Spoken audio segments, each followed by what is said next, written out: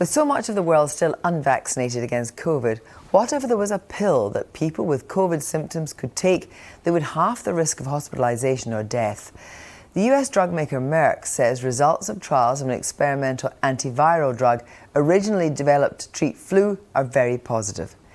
If it is authorised by regulators, the drug Molnupiravir would be the first oral antiviral medication for COVID-19.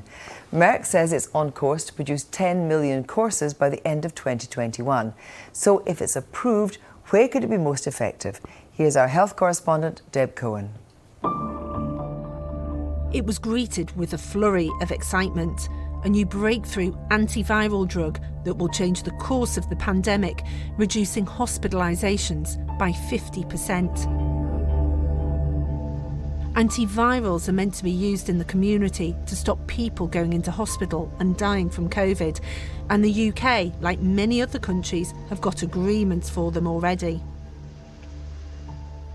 I'm pleased to announce that we have signed 2 landmark deals, securing hundreds of thousands of doses of 2 new antivirals. European and US regulators have already started to review Merck's Molnupiravir. The MHRA here have refused to say whether they've started the process for commercial reasons. But are these drugs a real game changer in the pandemic, stopping millions of people around the world from getting seriously ill from COVID? So far, we only have a press release of its key trial to go on, and we don't know much about side effects. Well, it reduces the risk from 14% risk of serious disease to 7% risk. So that's a 7% reduction in risk. But it tells us that the participants given the drug had a risk factor. But I don't think we've got a lot of information about what proportion had which risk factors. And again, we'd want to have a lot more information. We know from the press release that the participants were all given the treatment within 5 days of symptom onset. It doesn't go into any detail about how soon they were given it. And what we know with antivirals for other diseases, such as influenza, flu, is that really you need to give them within 48 hours of symptom onset. But it's highly unlikely these drugs will be available for anyone who tests positive for COVID. If the regulator does license them here, people will be eligible for them for a clinical trial led by Oxford University. What's not clear is how much benefit they bring to a vaccinated population, and this is what scientists want to know. What's also unclear is who exactly will be included in the trial, although it's thought that people with weakened immune systems will. Drugs are often tested in highly controlled trial environments. A key question will be if we have the health systems in place to get drugs quickly to people whose symptoms we know are caused by COVID in a short space of time. There are some parts of the world, though, that still have a lack of vaccines, and there are hopes that these drugs will help stop serious illness there. But the price tag that's being charged to the likes of the US, over $700 per course, is far too expensive for many poorer countries, and there are concerns that wealthy countries have rushed to negotiate deals to buy the drugs, tying up large portions of the supply.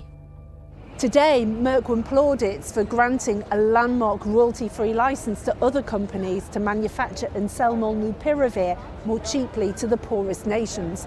One South African company has said they could make it and sell it across Africa for around $20 per course.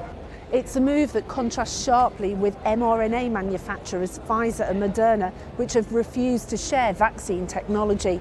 But there are still critics. The license is a bit disappointing in our point of view, because the coverage of the country who can benefit from any generic production under this license is very limited.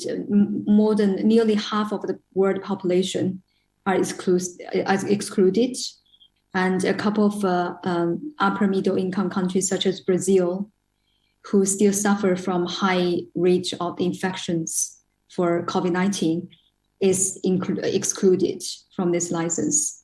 Means that for those excluded countries, access into more affordable generic version of this medicine is a huge uncertainty.